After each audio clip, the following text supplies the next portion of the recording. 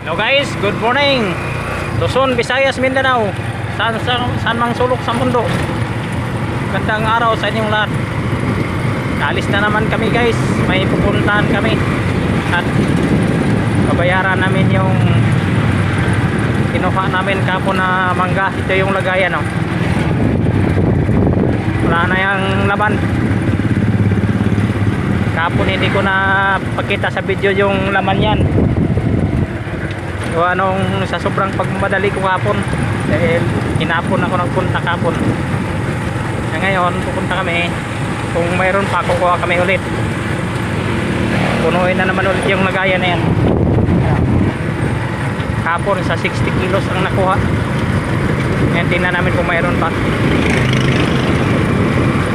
Mabilis na ubos kapon.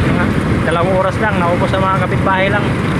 Sa buong compound lang sa labas hindi na nakakuha, marami pang naghanap. Ngayon kukuha kami ulit.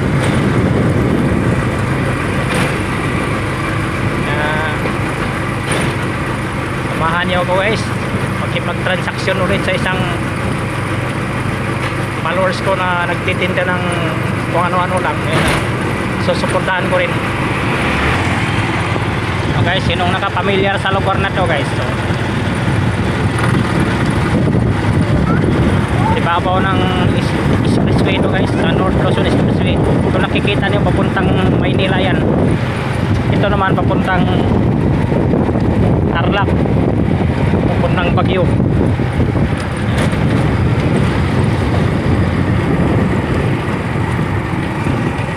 Guys, nandito na tayo sa lugar ng pupuntahan namin guys. Ito yung kahapon. So guys, magandang umaga po. Ito yung isang negosyante guys.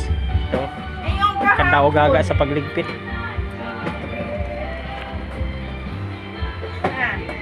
Naubos kagad. Ingon hapon. Saglit lang naubos. Lagi. Dami pa nga naghanap. Lingkod mo kahit daw maliit eh. Matamis. Oo. 3. Kita mo naman ang dami. Di ba? Oo. Oo.